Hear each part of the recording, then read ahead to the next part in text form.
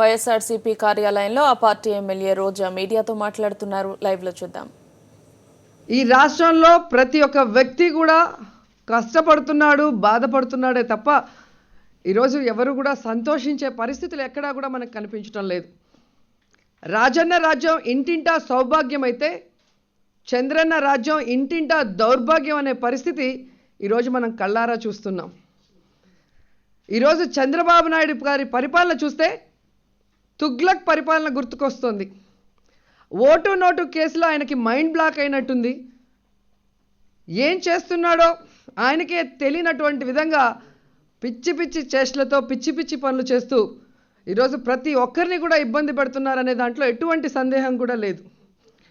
ఈరోజు ప్రజాస్వామ్యబద్ధంగా ఎన్నికైన శాసనసభ్యుల్ని కాదని ఈరోజు అక్కడ ప్రజలతో తిరస్కరించబడిన వాళ్ళని, ఓడిపోయిన వాళ్ళని, తెలుగుదేశం పార్టీ కార్యకర్తల్ని, నాయకుల్ని ఇన్ఛార్జీలుగా నియమిస్తూ మరి జీవోలు కూడా ఏకంగా పాస్ చేశారు అంటే ఇంతకన్నా దివాలా కోరు ప్రభుత్వం ఎక్కడైనా ఉంటుందా అని నేను అడుగుతున్నాను. ఈరోజు మీకు కొన్ని ఎగ్జాంపుల్స్గా కొన్ని జీవోస్ తీసుకురావడం జరిగింది.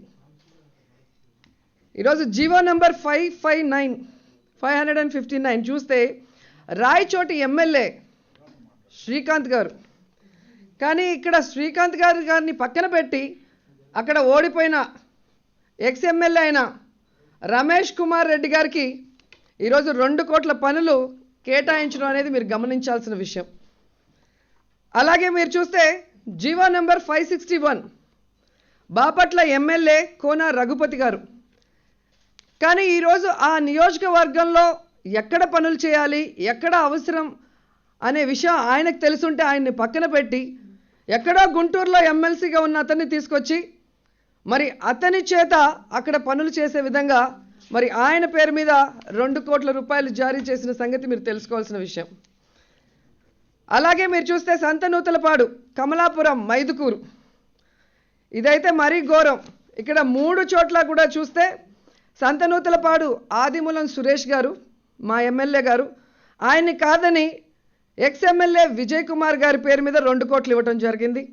అలాగే కమలాపురం రవీంద్రనాథ్ రెడ్డి గారు మా ఎమ్మెల్యే ఉండగా ఎక్స్ ఎమ్మెల్యే పుత్తా నరసింహారెడ్డి గారి పేరు మీద 2 కోట్లు ఇచ్చి అక్కడ వర్కులు చేయమని చెప్పడం.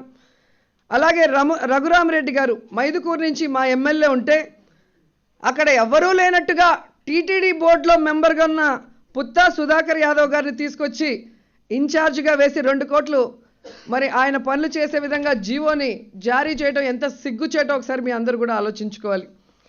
అలాగే మీరు చూస్తే ఎర్రగొండపాలెంలో ఎమ్మెల్యే డేవిడ్ రాజు గారు, ఆయన ఎమ్మెల్యేగా ఉంటే ఇక్కడ ఇంకా విచిత్రం ఏంటంటే ఆ ఇన్ఛార్జిని కాదని త్రిసభ్య కమిటీని వేసి 3 వాళ్ళు ఎక్కడ చేయాలి పనులంటే అక్కడ చేసే విధంగా 2 కోట్ల రూపాయలు ఆయనకి జారీ చేశారు అంటే చంద్రబాబు నాయుడు గారు ఎంత దిగజారిపోయాడో దీన్ని బట్టి మీరు అర్థం చేసుకోవాల్సిన అవసరం ఉంది.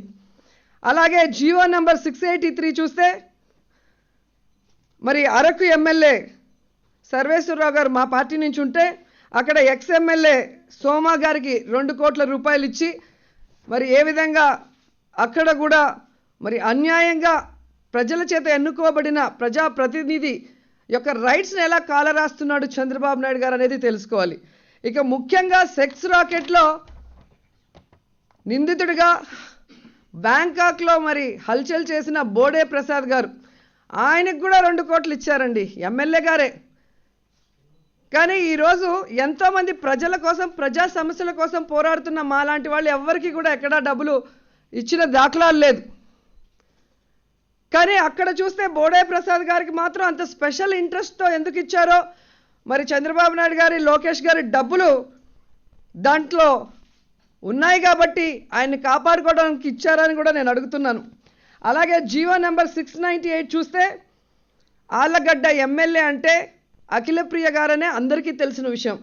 కానీ ఈ జీవో చూస్తే మీరు జర్నలిస్టులు కూడా షాక్ అయ్యే విషయం. ఎందుకంటే గంగుల ప్రభాకర్ రెడ్డి గారు ఎమ్మెల్యే, ఏకంగా జీవోలో ఎమ్మెల్యే అని వేసేసి అతని ద్వారా నియోజకవర్గ డెవలప్మెంట్కి మరి 2 కోట్ల రూపాయలు ఇవ్వటం జరిగింది.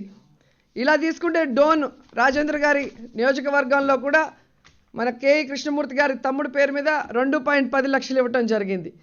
అంటే ప్రజలు అభిమానంతో వీళ్ళని గెలిపించుకొని వీళ్ళైతేనే మా సమస్యల్ని సమర్థవంతంగా తీర్చగలరు, అందరికీ కూడా న్యాయం చేయగలరు అనుకున్న వాళ్ళని పక్కన పెట్టి ఎవరైతే ప్రజలు తిరస్కరించారో, ఎవరైతే ప్రజలు వీళ్ళు ఎటువంటి అభివృద్ధి కార్యక్రమాలు చేయలేరనుకున్నారో అలాంటి వాళ్ళకి వాళ్ళు ప్రతిపాదించిన ప్రతిపాదనలనే మేము తీసుకుంటున్నామని చెప్పి జీవోలోనే మెన్షన్ చేసి జీవో రిలీజ్ చేయడం అనేది ఎంత దుర్మార్గమైన విషయమో మీ అందరూ కూడా తెలుసుకోవాలి. ఎందుకంటే ఈ జీవో జారీ చేసేందుకు సెక్రటరియట్ బిజినెస్ రూల్స్ అనేవి ఉంటాయి, దాని ప్రకారమే జీవోలు జారీ చేయాలి. కానీ ఈ బిజినెస్ రూల్స్లో ఎక్కడైనా గెలిచిన వాళ్ళు కాకుండా అధికార పార్టీకి సంబంధించిన వాళ్ళు టీటీడీ బోర్డు సభ్యులైనా, త్రిసభ్య కమిటీ వాళ్ళైనా, ఓడిపోయిన ఎమ్మెల్యేలైనా ప్రతిపాదిస్తే ఇవ్వాలి అని ఎక్కడైనా రూల్స్లో ఉందని నేను ప్రశ్నిస్తున్నాను. అంతేకాకుండా ఏవైతే నేను చూపించానో ఈ జీవోస్ ప్రొసీజర్స్ ప్రకారం ఇచ్చారా అని చెప్పి సీఎం గారిని, అలాగే స్పెషల్ చీఫ్ సెక్రటరీ ఎస్పీ టక్కర్ గారిని వీటికి సమాధానం ఇవ్వాలని కూడా నేను డిమాండ్ చేస్తున్నాను.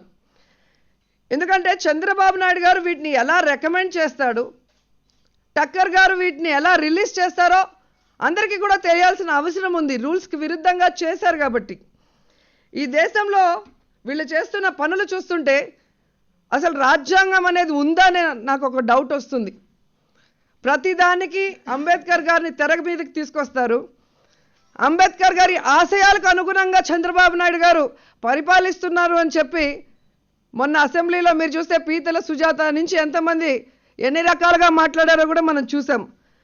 అలాంటిది రాజ్యాంగానికి విరుద్ధంగా ప్రజాప్రతినిధుల్ని కాదని ఇలాంటి చీకటి జీవోలు ఎన్నో ఇప్పుడే బయటపడ్డాయి. ఇలాంటివి ఇంకా చాలా ఉన్నాయి.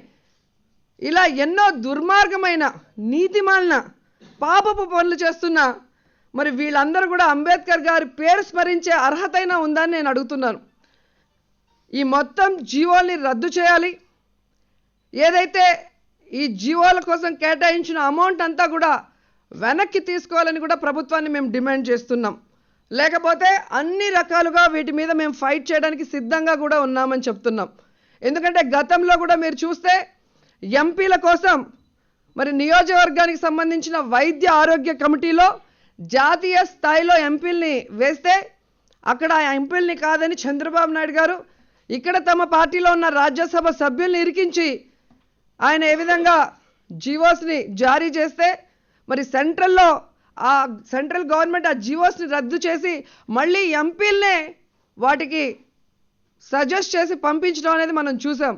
అంటే ఇక్కడే కాదు ఎక్కడ వీలైనా కూడా వేలు పెట్టాలన్న ప్రయత్నం చంద్రబాబు నాయుడు చేస్తున్నారు అనే దాంట్లో మనం అందరం కూడా గమనించాలి.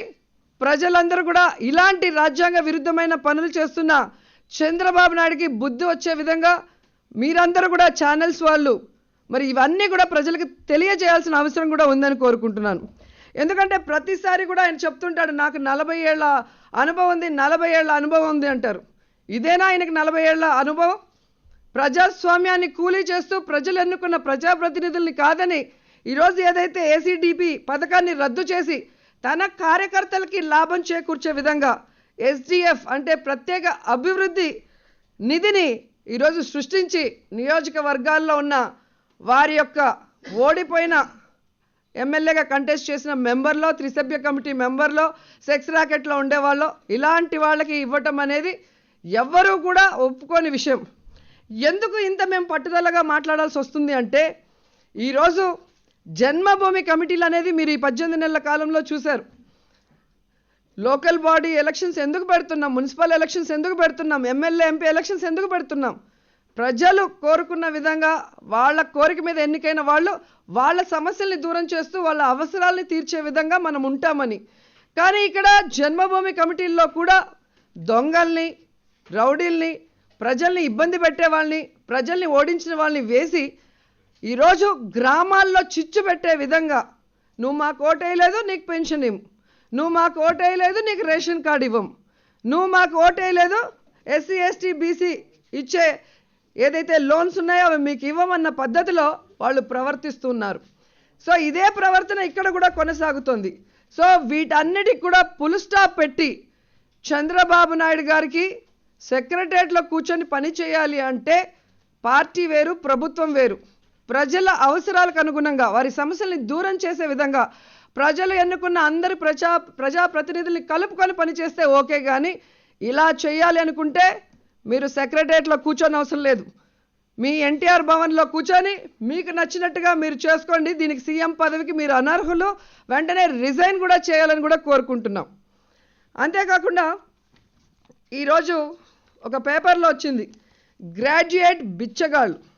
నిజంగా చాలా బాధాకరమైన విషయం. గ్రాడ్యుయేట్ బిచ్చగాళ్ళలో సెకండ్ ప్లేస్ ఏపీకి వచ్చింది. దేనివల్ల వచ్చింది?